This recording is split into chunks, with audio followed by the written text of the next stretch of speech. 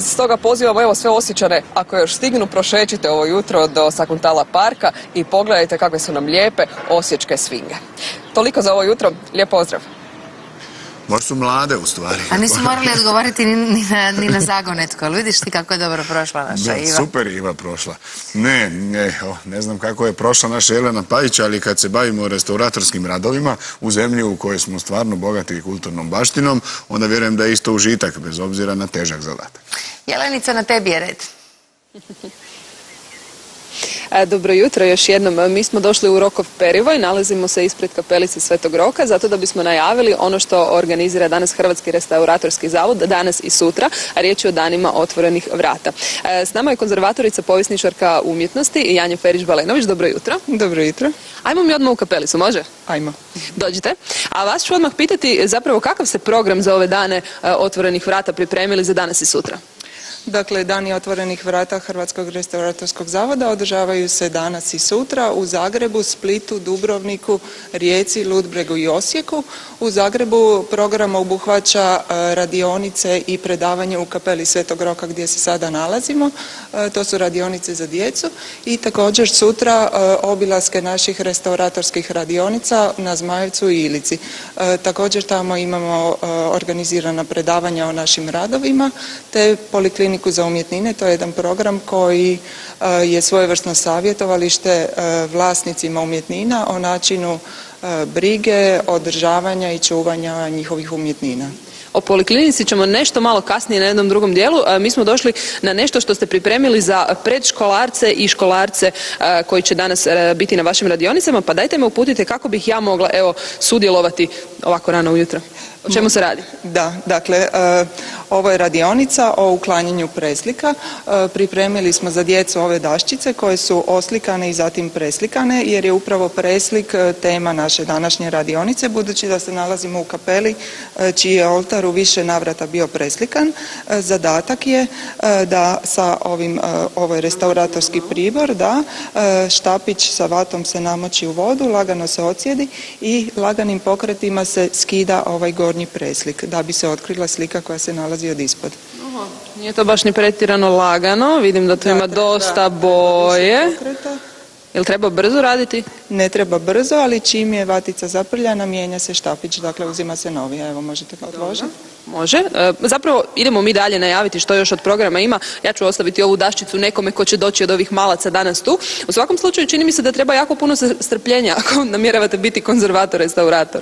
Treba jako puno strpljenja, mirnih ruku, preciznog rada i znanja.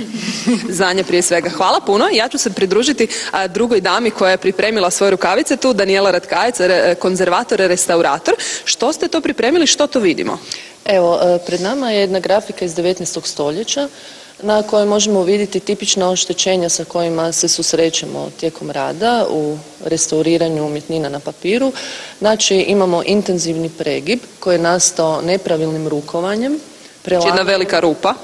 Da, krajnje dovodi do kidanja vlakanaca i papirni nositelj se naprosto razdvaja na dvije posebne cjeline. Ono što je zapravo važno kad govorimo o ovome čime se vi bavite i kako to izgleda u praksi, svi oni koji doma imaju neku umjetninu mogu je zapravo donijeti u okviru dana otvorenih vrata sutra u tu polikliniku umjetnina. Da, kako bi dobili savjete, na koji način produljiti vijek umjetnini koju imaju na papirnom nositelju, odnosno ako je izlažu, koji materijali su poželjni, u svrhu izlaganja, ili isto tako jako je bitno na kakvu podlogu se umjetnina stavi prilikom uokvirivanja, a isto tako vrlo je bitno način na koji se čuva. Dakle, poželjno je da to bude beskiselinski papir, ako je recimo ovo umjetnina, da bude položena između listova beskiselinskog papira ili mape, što se može kupiti kod dobavljača takve opreme. I također vrlo su bitni mikroklimatski uvjeti, ne prevelika vlaga, do 50%, i temperatura koja isto tako utječe na dugotrajnost papira, odnosno da ne bi postao krt, da ne bi žutio idealna temperatura bi bila ona između 18 i 21 stupnji. O samim postupcima i o tome kako se i što se radi točno na ovakvim grafikama mogli bismo stvarno pričati satima. To je zanimanje koje dugo morate studirati da biste ga dobro znali. Međutim, evo recimo jedan detalj koji je vrlo zanimljiv. Neke od tih grafika se potapaju u vodu kako bi se očistile. Da, znači proces konzervatorsko-restauratorskih radova na umjetninama na papiru teku od suhog čišćenja. Znači to su osnovni postupci koji se izvode mekim četkama, zatim raznim brisačim sredstvima restauratorskim, ovo je takozvana foam gum, dobivena od jedne specijalne pijene koja... A ovo je, vjerovali ili ne, gumica u prahu? Ovo je gumica u prahu koja se doslovno nanosi direktno na umjetninu i laganim trljanjem vatom se znači veže nečista. Hvala vam puno na svim ovim zanimljivim detaljima koje ste nam otkrili. Još puno toga zanimljivog otkrićete vi ako budete danas ili sutra uz dane otvorenih vrata Hrvatskog restauratorskog zavoda. Informirajte se i posjetite ih. Hvala lijepa. Mi smo vidjeli baš ovo s gumicom, treba nešto se malo... prati.